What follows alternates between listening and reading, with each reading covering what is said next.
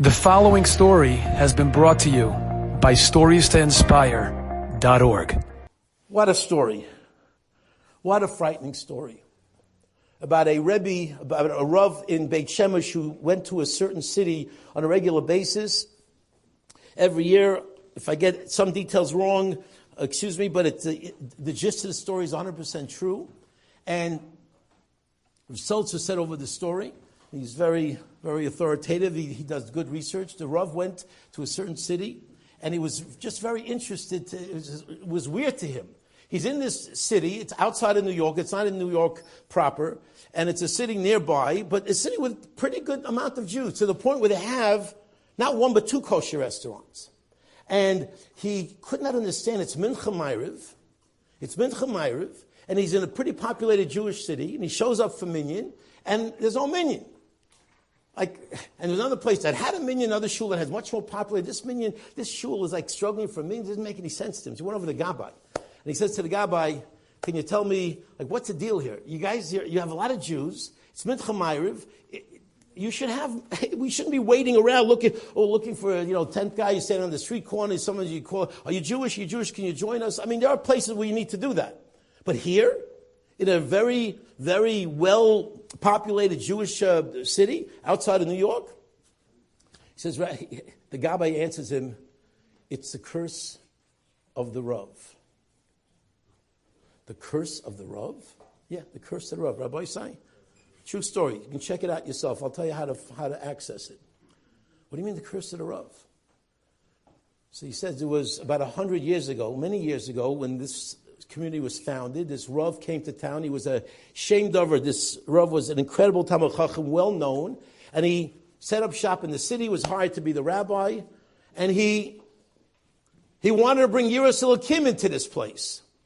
So he comes around, he looks around, and he's trying to. What's a good Rav do? You check the kashrus, you check all the things that are going on. Obviously, you make sure the mikveh is good. You make sure the kashrus is good. And he was pushing the butchers a little bit to raise their game. And the butchers didn't like it. So the butchers said, you know what? They got together. And the butchers, in a sense, represent. That's the kashrus of the city. If your butchers aren't whole, then the meat's not whole, and then the shamas are not whole, and you got a problem with your city. So the butchers got together and said, let's get a little funny, little shtuch to the Rav. A little shtuch to the Rav? You know who you're talking to? You know what kind of massive Talmid Chacham this person is from Europe? You're going to play around with the Rav? Play a little game, I can knock on the door, run away, play games. Let me play games. Let me just play some games, bang on the door, get a person aggravated. It's just a little game, right? Just a little game, no big deal. Little fun, we'll laugh, and he'll be miserable. Or we'll laugh and she'll be miserable because they decided to play the game on the Rebbitzin. You don't want to go there. And they went there. They sent nice box looking really good on Friday afternoon, 1920s, I don't know, 1930s, years ago. And I am not going to say the animals that were in that box, but when she opened the bed, this is a very sad story. It's literally, you can the mama start crying when you hear this story. But it so shocked her when she opened that box and she saw things running out of the box. She was never the same.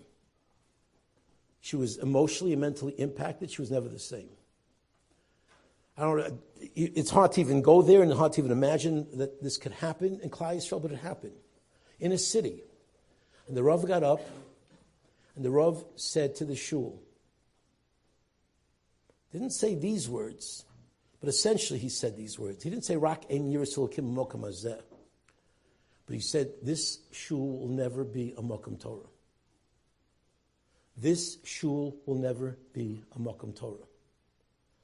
And from that day, the Gabbai said, and this is going back, this is not the people who did this aren't alive anymore. But I said, the Rav said to him, there's a Choshev Talmid Chacham in Ramat Beit Shemesh, he has a shul there, and he says, and did you go to the kever? Did you get him, did you ask him for Mechila? Because obviously the Rav no longer is here. Did you ask him for Mechila? And he said, you know what, it's really weird.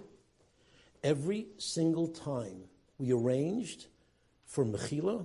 We had a plan to go to Beis HaKfaros and ask this Rav and the Rebbitzin for Mechila. it fizzled. Somehow something happened. In fact, the last time, you can check the calendar, there was a massive, massive storm that knocked everything out. That was the day that they had planned to go to the Beis HaKfaros for Mechila, and they couldn't go. And you want to know why we fight for a minyan, why we fight to become a real serious place? Those words are still, in my mind, this is what the Gabbai says, in my mind, they're still hanging over us. We never got rid of the Rav's curse. I think what caused the curse, think about what was done to bring about the response that was brought about, Rabbi Isai. Amazingly, he went back and he spoke to Rabbi Yashav Paskin, that even though they themselves are not really guilty for that, but that curse does hang over their heads. And he got it in writing and he sent it to the community, that Rabbi Yashav, the great Goyen and the great Gadol Hador, that everyone literally dropped everything at his word, says that we have to find, they found a way. And they gathered everybody and they made a very, very big procession and a very big ceremony with Tilim and Mechila and whatever was necessary. And this is probably in the last 20 years that this took place. They finally were able to do it. And the community asked Mechila once and for all. And the Rav said, the end of the story, at least up until what I heard, is that when this Rav went back to that place, because apparently I don't know if he goes to raise money, I'm not sure why he goes, but he goes to that place regularly, there was no problem finding a minyan. Minyan was bright and early. And many minutes before Mincha, you had more than a minyan there. Rabbi Isai, Rak and Yiras Kib Mokam Hazeh does not just have to refer to issues of men and women, lewdness, negative thoughts. It can refer to the basic level of decency of how we conduct each other, with each other, how we respect one another. Enjoyed this story? Come again. Bring a friend. StoriesToInspire.org